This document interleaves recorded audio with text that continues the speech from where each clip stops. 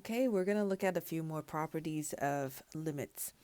So these are pretty simple, saying if the limits exist for f and g and they're going to the same number, like so, they're going both to c and then the limit do exist, then the properties are pretty simple. So for example, if you're going to the same place and f plus g, you can just separate the two functions like so, and then find the limits individually. And same thing with the difference rule. So you can just say you can subtract the two limits separately, like so.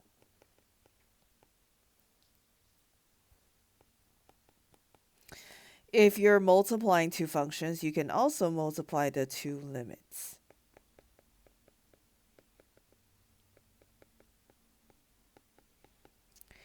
If you have a number that's multiplied to the function, that means you have just a constant on the outside. You can take that constant outside of the limit. Quotient rule, so if you have a limit of a quotient, meaning a some function divided by another function, you can just say it's the limit of the top function divided by limit of the bottom function. And that is provided that this bottom function is not going to equal 0. The power rule says if you are trying to find the limit of some function to an nth power, it could be sometimes hard to figure out. What you can do is just find the limit of the function itself and then raise the whole thing to the nth power. And the same thing goes with the rule. So if you're trying to find the limit of the nth root of a function, you can again just find the limit of the function itself and then find the end root like that. Okay, so we're going to kind of try to use these properties to solve these questions. So for example, this one, use the fact that limit as x goes to 0 of sine x over x is 1, along with the limit properties, and find this limit. And you can verify your answer using decimals, but after you tried it. Okay, so let's look at this first question. So what happens is usually, and I'll show you guys on the next page, usually what you want to do is just plug it in and see what happens. The problem with plugging it in for this question is if you plug in 0, you're going to get 0 plus sine 0 over 0. Now, we know that sine 0 is 0. So 0 over 0 is basically undefined, or in calculus, we would call that indeterminate. We don't know what the limit is. There could be a limit. So what we are now at is we're kind of stuck. So what we want to do is try to use the limit rules and separate these. Okay, so what we want to do first is we're going to simplify this fraction. So x plus sine x over x is really like x over x plus sine x over x, just simplifying fractions. Now what we can do is basically use the limit rule that says you have a function, right? This is a function plus another function.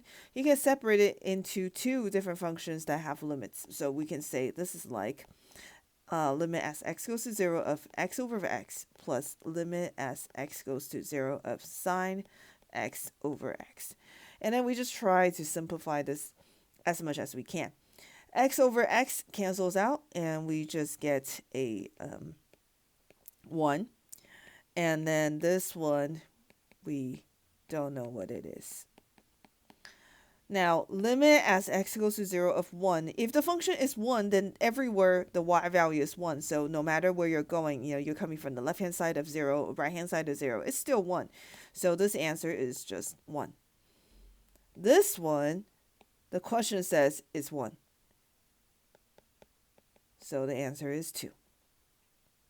So essentially what you're trying to do is you're trying to get to a point where you see this sine x over x. That way you can use that property or that value to sub in. Okay, now let's look at the second question. Limit as x goes to 0, 1 minus cosine squared over x squared. This one's a little bit tricky because we don't know what 1 minus cosine squared has to do with sine x. Or do we? Let's try to recall from a few chapters ago, we remember that sine squared plus cosine squared is 1. So then what is 1 minus cosine squared? 1 minus cosine squared is sine squared.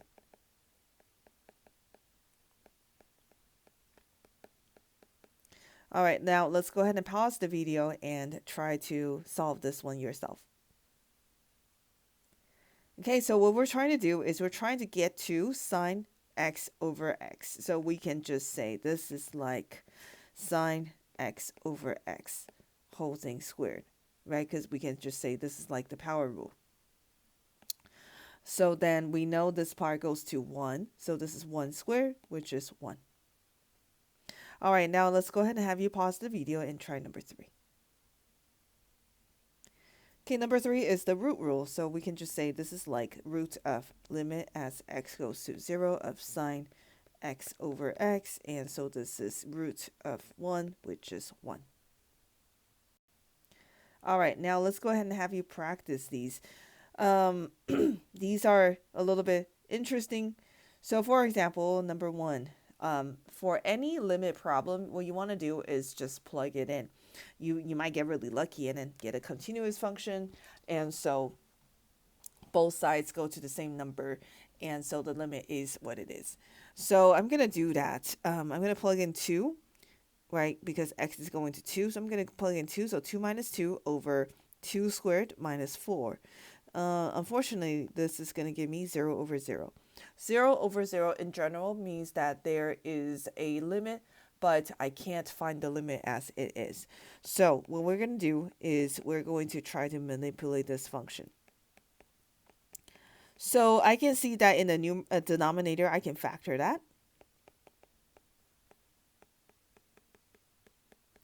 In the numerator, I can kind of switch things around and say this is like negative x minus 2. In this case, you can see this cancels out. So this is limit as x goes to 2 of negative 1 over x plus 2. Now, if I plug in 2, I'm going to get negative 1/4, and negative 1/4 is my answer. So if you remember, this is like when we were doing the derivative section, and we keep getting 0 over 0 if we plug in h equals 0. And that's why we do all this manipulation to get rid of the part that's going to make it 0 and then solve this. Okay, so we're going to apply the same thing here for number 2. Again, what you want to do is plug in 5 and then check to see if you get 0 over 0.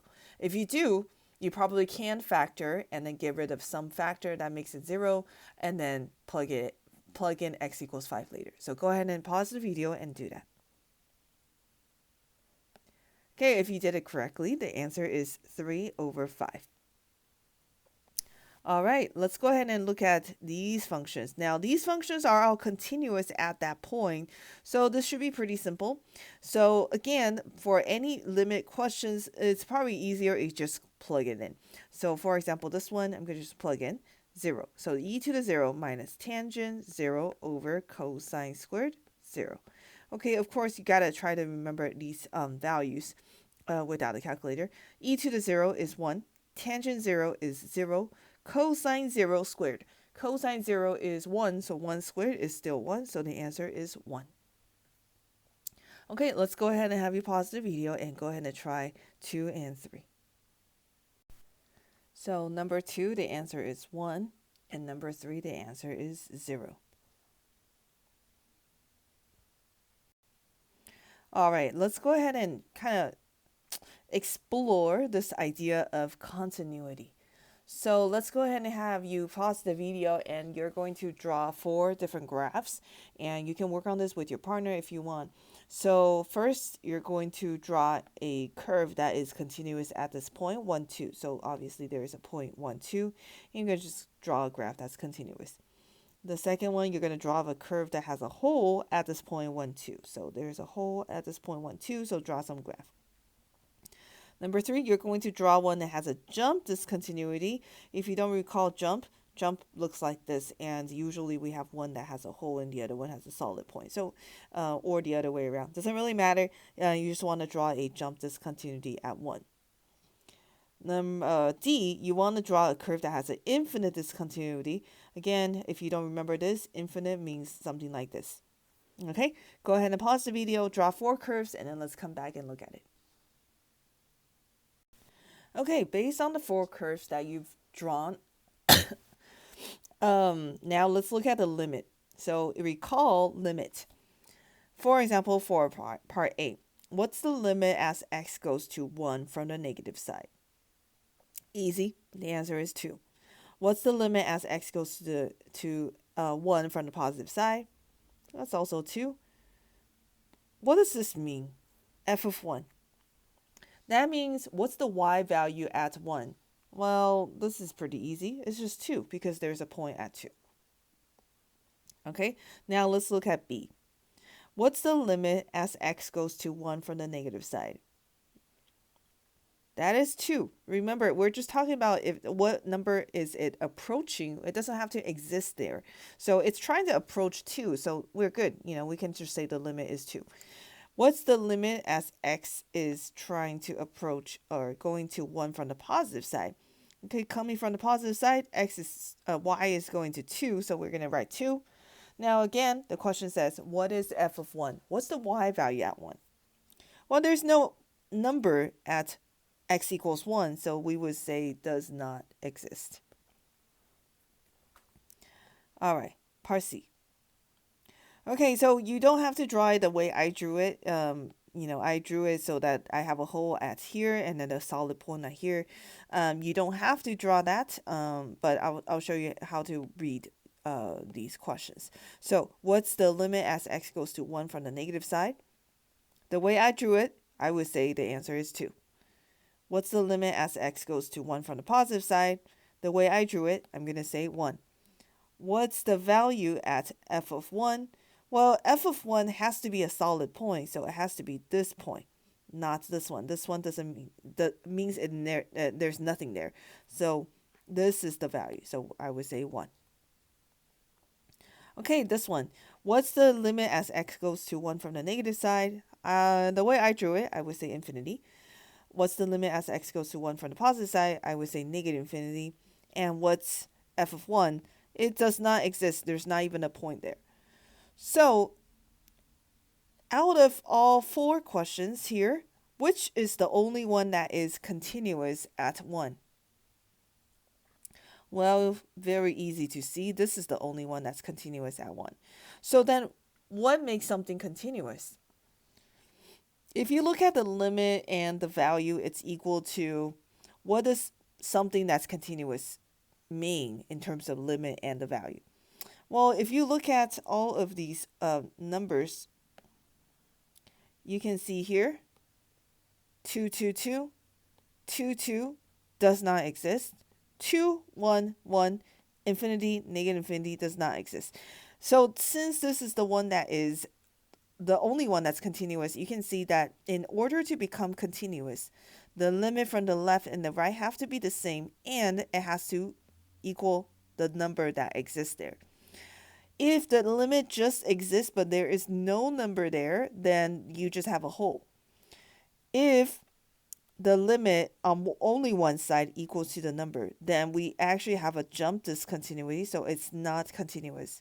And obviously, if the limits don't even exist in itself, then even if there is a number there, we would not have a continuous function. So the big idea here is that in order for something to be continuous at certain number a, then the limit as x goes to a, that means we know from both sides of a, has to equal the y value at that x value. Okay, so this is the big idea. So let's go ahead and look at the next page, and we're going to learn how to prove that. All right, let's look at the first question. Is the graph continuous at 3? So, is it continuous at 3? Okay, that means we got to check the definition of continuity. So that means, does the limit as x goes to 3 equal the actual value at 3? So that's our big question. Okay, so then we have a few things laid out for us. We got to do this first. How do you check to see if there is a limit? Okay, that means we got to take out our lesson from before.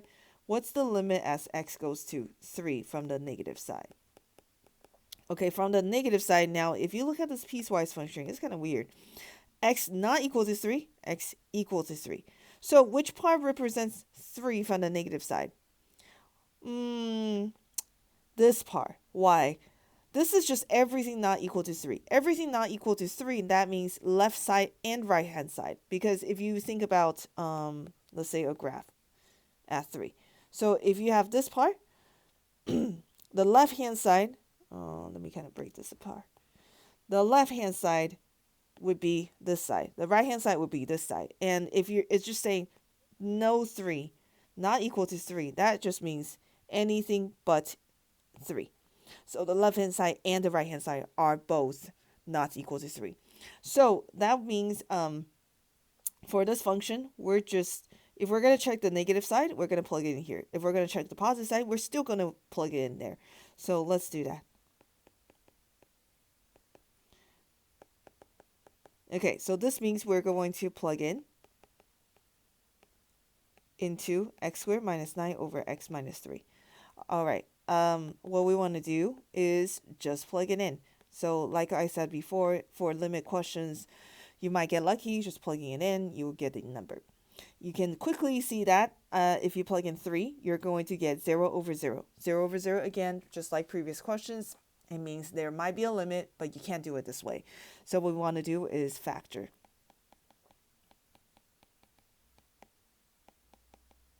This cancels out. We just have limit as x goes to 3 minus of the function left, x plus 3. Now if we plug in 3, we're going to get 6. And obviously this is going to get 6 too. So if the left hand side is going to 6, the right hand side is going to 6, then the limit as x goes to 3 is going to 6. Now the question is, all right, we got this part. This part is 6. Now what's this part? F of 3. So what's the actual y value at 3? That is, we're going to use this function, y. It says y is equal to 2 when x is 3. So when x is 3, y has to be 2. So is this graph continuous at 3? No. So not continuous because limit as x goes to 3 is not equal to f of 3. All right. Let's go ahead and try another one. All right, so let's look at this next question. Is the graph continuous at x equals 1? Again, what we want to do is say, is the limit as x goes to 1 the same as f of 1? Okay, first thing, prove that there is a limit. All right, that means the left-hand side and the right-hand side must go to the same number. So x goes to 1 from the negative side. We're going to use the negative side of the function. That is x less than 1. So limit as x goes to 1 minus of 2 minus x. 2 minus 1 is 1. All right, now let's check the right-hand side. 1 plus positive. So when x is going to 1 from the positive side, we're going to use the right-hand side function. So that is x plus 1, which is 2. Now, the left-hand side is going to 1. The right-hand side is going to 2. We really don't need to check anything else because there's not even a limit. So this belongs to the graph that's a jump discontinuity. So we don't need to check this at all because the limit does not even exist. So we would say not continuous because limit as x goes to 1 negative is not equal to limit as x goes to 1 positive. Or you can just say limit as x goes to 1 does not exist. All right, let's go ahead and have you practice these. Okay, is the graph continuous at 1? I'm sorry, not at 1, at the given value. So for number 1, you're going to check at 2. And for number 2, you're going to check it at 0. Pause the video, go ahead and do the work, and then come back and check it. All right, go ahead and check your answer. All right, that is it for this chapter. Go ahead and submit the notes.